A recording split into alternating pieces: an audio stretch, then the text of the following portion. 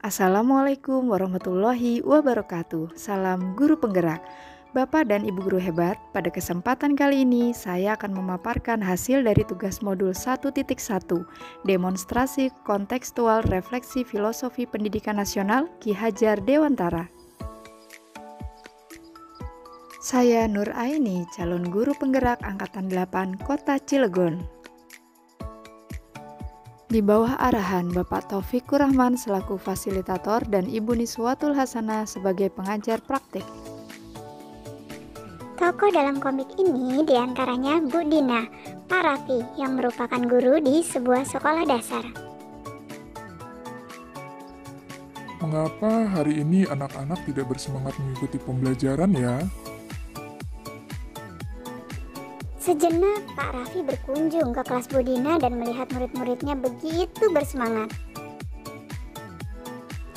Pak Raffi bergegas menemui Bu Dina sebagai rekan sejawat yang sedang mengikuti program guru penggerak. Ada apa Pak Raffi? Kelihatannya ada yang Bapak pikirkan? Begini Bu, saya merasa bingung bagaimana membuat anak-anak bersemangat mengikuti pembelajaran di kelas saya. Izin berbagi ya Pak mengenai filosofi pemikiran Ki Hajar Dewantara. Menurut Ki Hajar Dewantara, pendidikan itu memberi tuntunan terhadap segala kekuatan kodrat yang dimiliki anak agar ia mampu mencapai keselamatan dan kebahagiaan yang setinggi-tingginya, baik sebagai seorang manusia maupun sebagai anggota masyarakat. Dalam proses menuntun, anak diberi kebebasan namun pendidik sebagai pamong dalam memberi tuntunan dan arahan agar anak tidak kehilangan arah dan membahayakan dirinya. Seorang pamong dapat memberikan tuntunan agar anak dapat menemukan kemerdekaannya dalam belajar. Ki Hajar Dewantara hendak mengingatkan pendidik bahwa pendidikan anak sejatinya menuntun anak mencapai kekuatan kodratnya sesuai dengan alam dan zaman. Ki Hajar Dewantara juga mengemukakan trilogi pendidikan yaitu Ingarso Sung Tulodo di depan memberi teladan, Ingmadio Mangunkarso di tengah membangun kekuatan dan terus berkarya, Tuturi Handayani di belakang memberi dorongan. Asas Trikon meliputi kontinuitas, tidak melupakan akar nilai budaya, konvergensi memanusiakan manusia, konsentris menghargai keberagaman dan memerdekakan murid. Menurut Ki Hajar Dewantara, budi pekerti atau watak atau karakter merupakan perpaduan antara gerak pikiran, perasaan, dan kehendak atau kemauan sehingga menimbulkan tenaga. Ki Hajar Dewantara mengibaratkan peran pendidik seperti seorang petani atau tukang kebun. Anak-anak itu seperti biji tumbuhan yang disemai dan ditanam oleh Pak Tani atau tukang kebun di lahan yang telah disediakan. Anak-anak itu bagaikan bulir-bulir jagung yang ditanam. Bila biji jagung ditempatkan di tanah yang subur dengan mendapatkan sinar matahari dan pengairan yang baik, maka meskipun biji jagung adalah bibit jagung yang kurang baik atau kurang berkualitas, dapat tumbuh dengan baik karena perhatian dan perawatan dari Pak Tani. Demikian sebaliknya, meskipun biji jagung itu disemai adalah bibit berkualitas baik, namun tumbuh di lahan yang gersang dan tidak mendapatkan pengairan dan cahaya matahari serta tangan dingin Pak Tani, maka biji jagung itu mungkin tumbuh namun tidak akan optimal.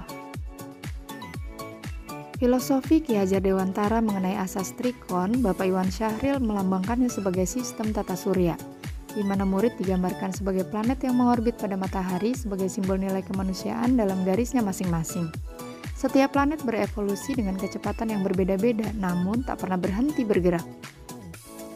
Analogi tata surya menggambarkan kebudayaan dan pendidikan harus terus bergerak, tidak boleh statis.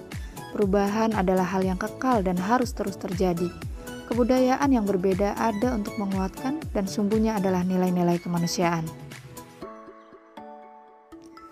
Jadi ide atau gagasan yang sesuai dengan pemikiran Ki Hajar Dewantara diantaranya, pendidikan berpusat pada murid, pendidik sebagai pamong, pendidikan yang menuntun anak sesuai dengan kodrat alam dan zaman, pendidikan bersumber pada trilogi pendidikan, tripusat pendidikan sebagai sumber belajar, dan pendidikan budi pekerti. Oh, begitu Bu. Apa alasan kontekstual gagasan tersebut bisa diterapkan? Inti dari filosofi Ki Hajar Dewantara adalah perubahan. Kebudayaan dan pendidikan harus terus bergerak, tidak boleh statis. Perubahan adalah hal yang kekal dan harus terus terjadi. Sebagai pendidik, kita harus dapat menjadi teladan dan memberi tuntunan kepada murid sesuai kodrat alam dan zamannya sehingga mereka mencapai kemerdekaannya dalam belajar. Contohnya seperti apa? Penerapan ide atau gagasan tersebut secara kontekstual. Contohnya seperti ini, Pak. Pendidik dapat menuntun murid berkembang sesuai kodrat alam dan zaman. Pembelajaran berpusat pada murid dan pendidik sebagai pamong. Dan pendidikan budi pekerti seperti berikut. Bagaimana jika sarana di sekolah kita terbatas dan kurangnya dukungan orang tua? Tantangan itu pasti selalu ada, dan solusinya adalah pendidik harus kreatif menemukan ide atau gagasan bagaimana mengoptimalkan pemanfaatan lingkungan sekitar dan membangun komunikasi positif antara sekolah dan orang tua serta melibatkan mereka secara langsung sebagai pendamping dan sumber belajar. Wah, luar biasa. Sangat membuka wawasan saya. Terima kasih Bu Dina. Siap, sama-sama Pak Raffi. Inilah gunanya berbagi.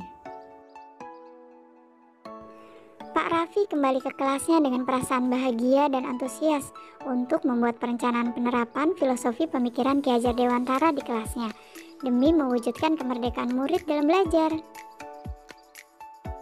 Sekian dan terima kasih. Salam guru penggerak, tergerak, bergerak, menggerakkan.